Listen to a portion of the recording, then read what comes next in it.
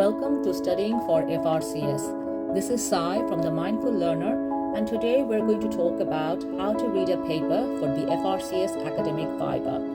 This is a request I've received from some of my audiences about how did I read a paper for the Academic Viva. Now, the reason it is by a dummy is because I do not consider myself particularly academic.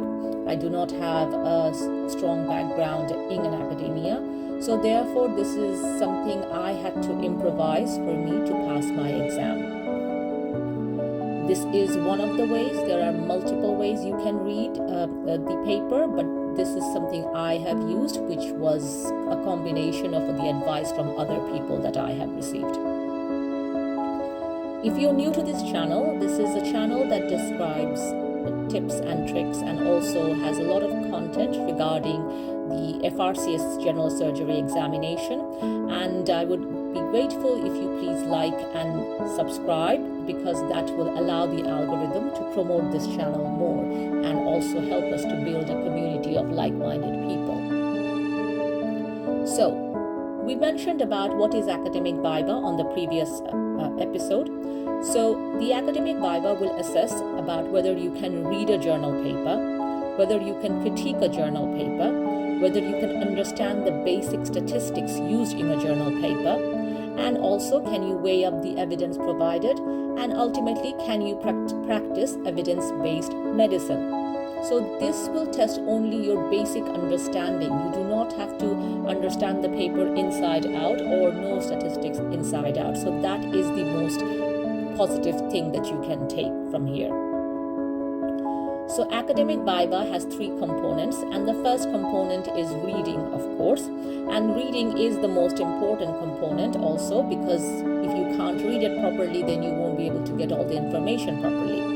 Then you will have to critique it, and critique also has a structure, and the structure you will develop while you are reading the paper, and then of course you will present it, and the presentation footnotes will be also from how you read the paper. So that's why reading is one of the most crucial elements of the Viva. So when I read a paper, I usually start by the PCOS format. Now, if you do not know what is the PCOS format, it is something that we sometimes use in terms of when we are designing a research study, but you can also kind of reverse engineer it to make it for any kind of paper you read. And that comprises of P is for the population, I is for what is the intervention, C is for what is the what is it comparing with, and B and O is the outcome, that is both primary and secondary outcome, and S is what is the study design. So we start first of all with the very beginning of the paper, which comprises of the title and also of the headings of the paper and everything.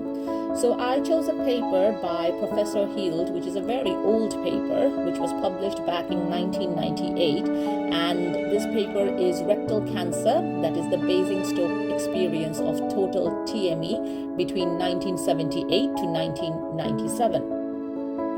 Now, we can get a lot of our PCOS information from this title and from this segment alone.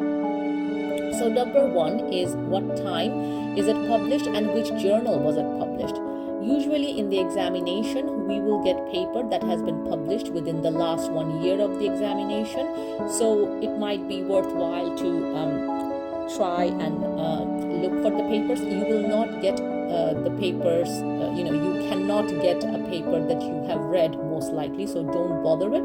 But when you're practicing it, it might be better to do that.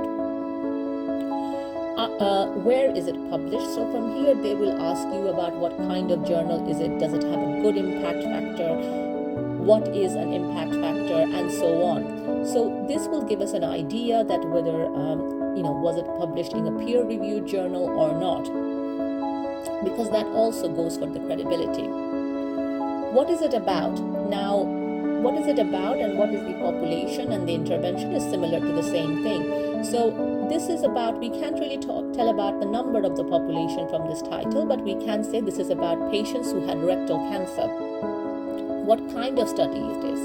So this is titled The Basingstoke Experience of a TME. So this means it will be a single center experience that we can tell.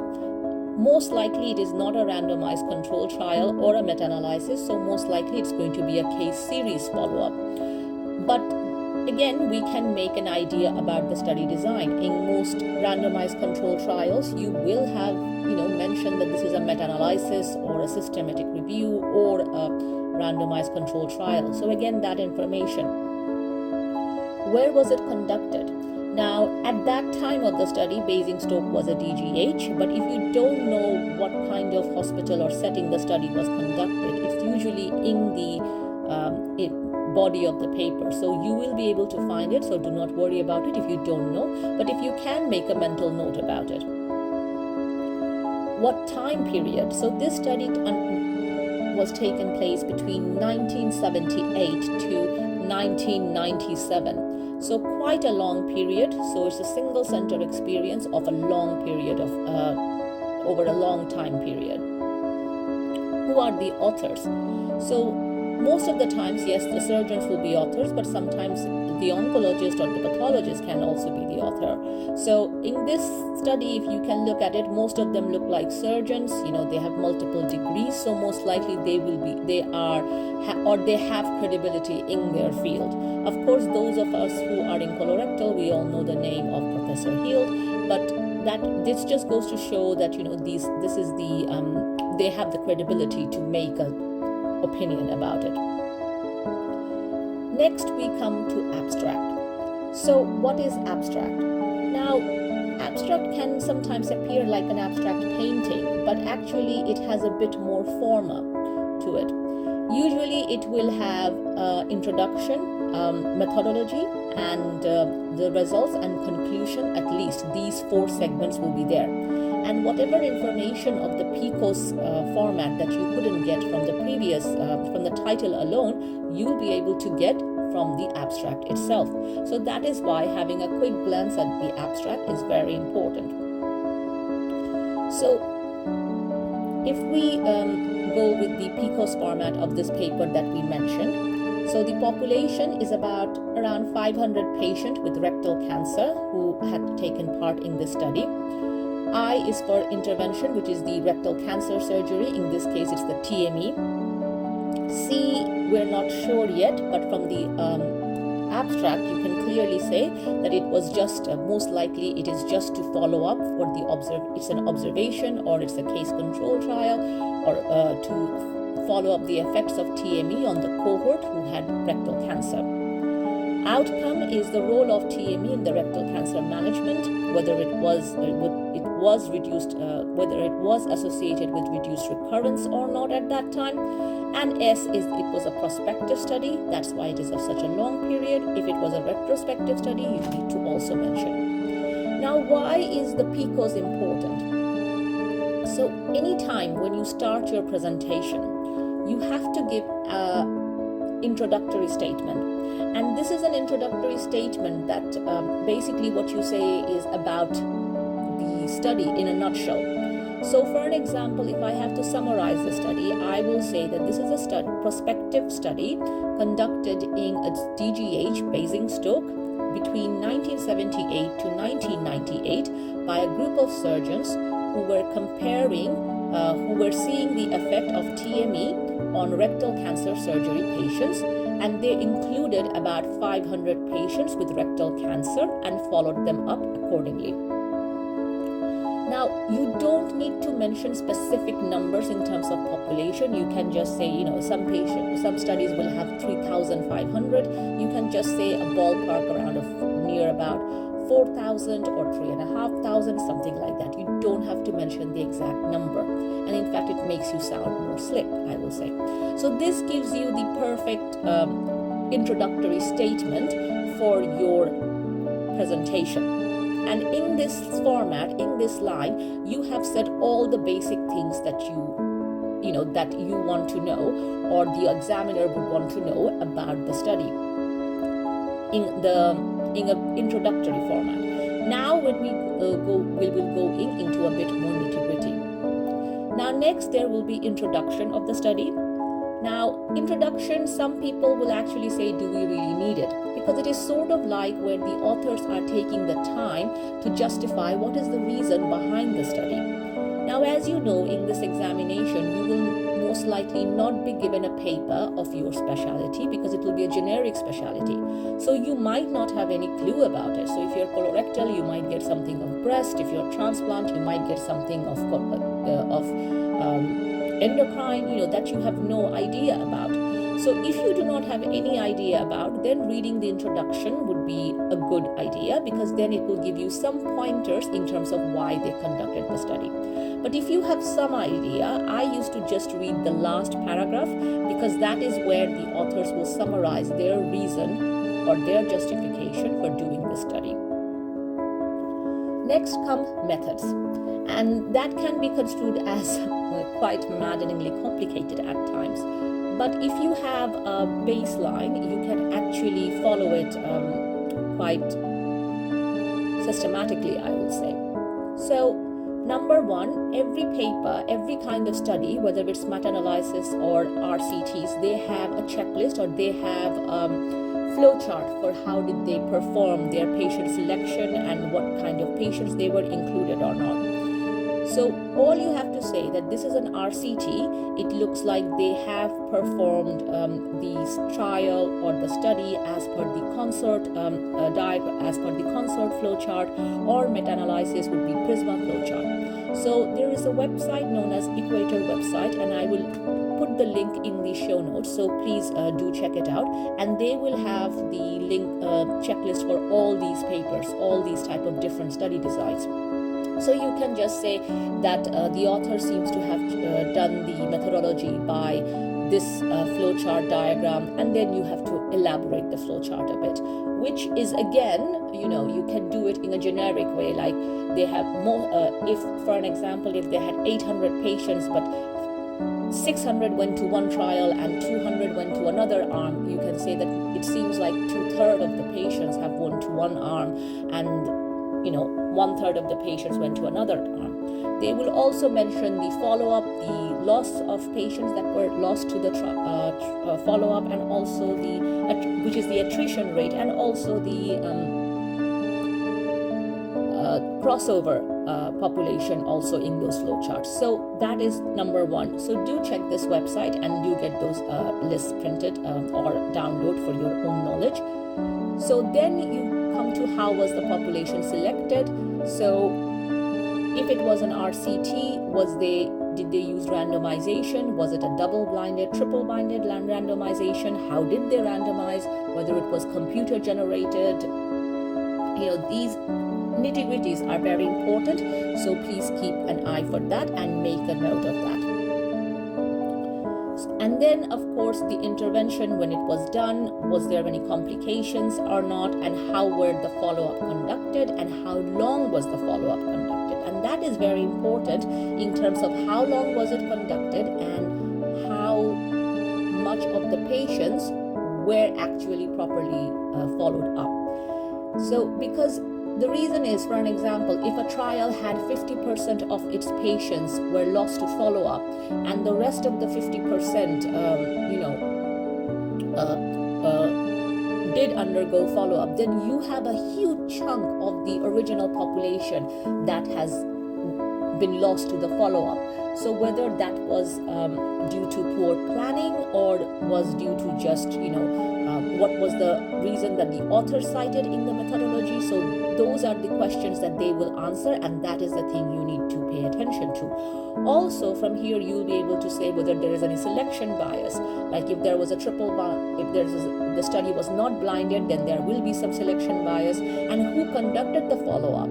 So was the follow-up conducted by the same people who did the intervention? Because then there will be a reporting bias, perhaps.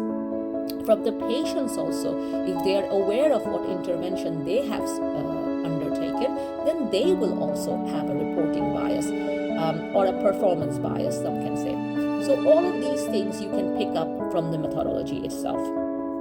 And of course, the most important is, did the authors clearly define primary and secondary outcome? and they will clearly note that. And this is very important because in some studies, the authors will define it, but then when you read the rest of the paper, you will see that's not actually been answered. So then again, that gives you a point to critique. So these are the things you will note or I will note when I am writing down or reading a paper. And of course, last of all, what test did they use? What statistical test did they use? Was it appropriate for parametric data? Was it not? Was it for non-parametric data? How did they analyze the results? And this is also something that you can actually just sometimes repeat, or just give it a bit twist from whatever you've read. Now, remember, what is a good study? And I remember that from someone who said that to me, that a good study is a study that is methodology sound. So it doesn't matter what was the reason it was conducted. It doesn't matter what was the result. As long as it's methodologically sound, then it can be considered a good study. However, whether that is clinically significant or not, that is a different question, and that is what you are going to critique. However, a good methodology of a study is definitely, gives it an extra credibility, or the main credibility, one should say. So that is why methodology is so important. Then we have the results. And you have to decipher the results. Not all results will be written in the body. Some results will be in the graph. So the main thing about the results is where the primary and secondary outcomes clearly shown. And usually what the authors do is put multiple boxes about, or the graphs about those outcomes basically, and about the intervention or the patients. What I used to do is I check the p-value. The authors will mention in the methodology what p-value did they consider as significant. And I would mark those ones as significant ones, and I would just mark them. And then in my result, I will say that the authors have found this to be significant in their study. The other thing that they will do is you will also have all studies will have a demographic box, like age, sex, and all of that of a patient. And that can also give you an idea about the demographic of the patient, of the population. Like, did they consider only one demographic? Like if all of their population of this rectal cancer is beyond 70, well, what did they do about the population that was more than 70? So they have ignored a group of population. Why was it done? Was it done intentionally or was it done unintentionally? And was there any particular reason for that? And this is important because this shows that whether this study is generalizable or not. So the outcome is very important. How did they present the result? What graphs did they use? Did they use a survival analysis? Did they use Kaplan-Meier graph? What did they use? And all of those things you need to know. You basically just need to know this is a forest plot, this is a Kaplan-Meier graph. That's all. You don't need to know anything, too much nitty-gritty of that. So don't get bogged down by it, I will say. Next, of course, is how did they analyze the result, which I've already explained, by what test, and how did they show the result. And of course, did they include all the population? Why did they not include? And how did they analyze the result in terms of did they do it as per intention to treat, which means that if it was a randomized control trial, wherever the initial population was designated to a group, the outcome would be analyzed as per patients in those groups. It doesn't matter if these patients were lost to follow-up or if the plan changed, they will do an intention to treat analysis. Some studies will do per protocol, that is wherever, depending on the outcome also. So there are multiple ways, but just have a very superficial idea about what is which so that you can at least tell them about what is which. And of course, in these results, you will be asked about sensitivity, specificity, type 1, type 2 errors, and all of those questions. So again, it's just, understanding the concept of them rather than knowing the definitions word by word. So as long as you do that, you'll be fine. Then we read the discussion, and in discussion, we will talk about the authors will talk about how did they justify their finding in view or in comparison to the current literature. Was it an expected finding? Did they do any comparison with the current literature? Did their study result actually is along with the evidence out there, or is it just completely something new? So this is also something that you need to see. And most importantly, what limitations did they mention? Now, many of the limitations you will find in your study, you will see that the authors have mentioned it too. So you can use that, and you can also mention some of your own critiques about that. But the limitations did they have? For an example, if they had a huge number of patients lost to their follow-up. So this is a critique, but they have acknowledged it, and they have tried to subvert it, like change the analysis or statistical testing somewhere differently. Was the study adequately powered? How did they justify it? So pick up those initial important points basically. If a point you don't like, you mark it as a point to critique. If a point you do like, you mark it as a point of that it's a good study or a bad study. And of course, the authors usually will declare any conflict, like some of the authors might have in the past did presentations for the pharmaceutical company or for the instrument company that they're currently testing. So that does put them in some sort of conflict. Although it doesn't mean that the results are not adequate, but as long as they declare it, that is something you need to mention also. Now remember, when you do the critique, as I mentioned, that either you take 2 markers, that is a red and a orange or a yellow marker, or like a red or a green pen, and you mark the good points and you mark the bad points. And then in a page which is given to you in the exam, you summarize all of them and you write them down as per that basically. So first of all, always start with mentioning the good points. Do not go on rubbishing the paper. That is an absolute no-no. You don't know who's sitting on the exam. It might be the person who wrote the paper. So do not do that. So mention the limitations next. That what did you find the interesting points about it, or and then followed by what was the limitation. In here, when you are giving your statement, you will say that I found this study interesting because this study showed this, if you're familiar with the topic. If you're not, then you just say that this study was conducted as the authors found, justified their reason, whatever, and then according to that. Then you identify, then you go to the methodology, you mention the methodology, you also identify whether there was any bias, like if, for an example, if there is an intervention that the patients went through that they really couldn't be blinded, then there might be a bit of reporting bias from the patients, no matter how much the researchers try to minimize it. So that is something you have to mention, but again, mention always the positive point, that whether they have tried, or point about the fact that whether they did try to address it or not.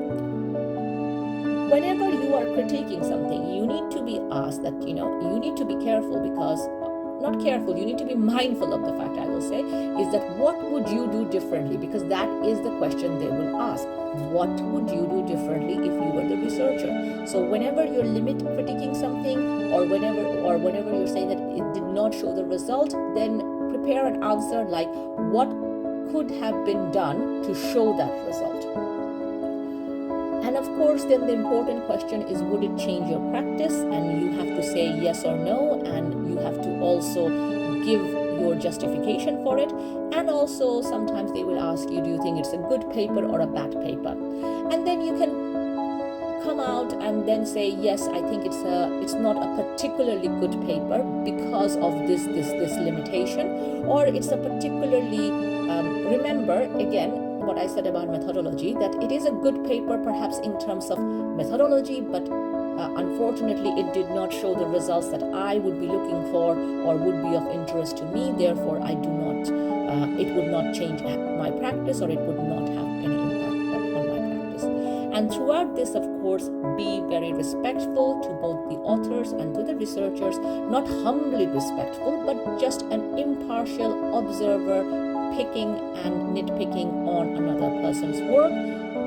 But don't be cruel, or don't be rubbishing the paper, and don't be bashing the researchers, because that is just, A, you don't need to do that, and B, when you run a research by yourself, you realize how difficult a thing it is, and how much things are out of your control, no matter how much you try to put it in control. So just be respectful and just give an impartial observation about the paper. So to summarize, in title, know the PICOs. In the abstract also, pay particular attention to the main objective, that is primary and secondary outcome, and the result and conclusion of it. Introduction, the last paragraph usually, the reason behind the study. Methods, the checklist for the paper that you can find in the Equator website. How was the population selected, randomization used or not, how were the follow-up conducted, and whether it had clearly defined primary or secondary outcome. The results, what was the outcome, which were the significant results, where did they find there was a significant level of p-value was significant basically, and how did they present the result. Discussion, how did the authors validate the result, did they compare it, what limitation did they mention in their paper, and what limitation did you find. So I will upload a very basic checklist which will be available in the website of Studying for FRCS, which I will put the link on the show notes. If you want to, you can download it, or you can just print it out.